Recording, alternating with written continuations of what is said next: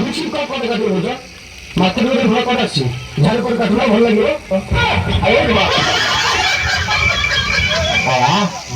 ମୁଁ କଣ କହୁଥିଲି କି ଯଦି ମତେ ହାତରୁ ଦୁହାତ ହେଇଯାଆନ୍ତା ତାହେଲେ ବାବା ଜୀବନଟା ସାର୍ଥକ ହେଇଯାଆନ୍ତା ଆମର ବାବା ଜୀବନରେ ହାତକୁ ଦିହାତ ନାହିଁ ଯଦି ପାରୁଛ ନିଜ ହାତରେ କାମ ଚଳାଅ ନିଜ ହାତରେ କାମ ଚଳେଇବା ମାନେ